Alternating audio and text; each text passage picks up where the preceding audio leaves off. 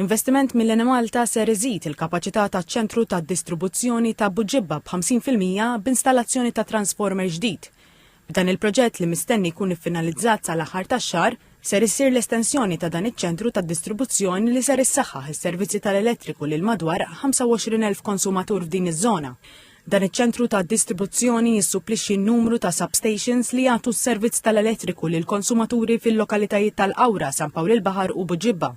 Waqt żjara f'dan iċ-ċentru, il-Ministru għall-Enerġija Mirjam Dalli qalet li l-Enemalta bħalissa qiegħda timplementa diversi proġetti biex tkompli ssaħħaħ id-distribuzzjoni tal-elettriku, speċjalment fl-isfond fix-xhur tas-sajf, meta id-domanda tal-elettriku tiżdied.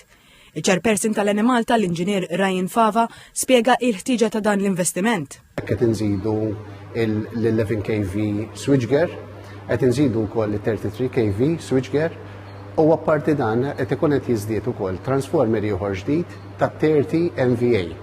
Dan ifisser ukoll li nkun qed nagħmlu il-sistema iktar reżiljenti biex inkunu nistgħu naqdu il-klijenti tal-madwar fejn din id-distribution center qed tissupplixxi wkoll substations u qed naqdu mal-medda ta' 25,000 klijent. Huwa qal li l-Enemalta tippjana wkoll proġetti oħrajn li ser jitwettqu fis-snin li ġejjin fosthom iċ-ċentri ta' distribuzzjoni ġodda fin-Naxxar u Siġġiewi li bħalissa qegħdin fi stadju ta' ippjanar u evalwazzjoni tal-offerti.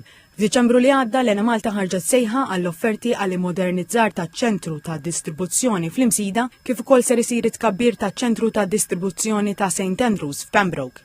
Żied jgħid li biex jitnaqqas ir-riskju ta' tuħ fin-netwerk, l-Enemalta qiegħdet aktar minn 70 km ta' kejbil taħt l-art ta' 11 kV. Temm jgħid li permezz ta' dawn il-kejbils ġodda l-Enemalta qed iżżid il-kapaċità.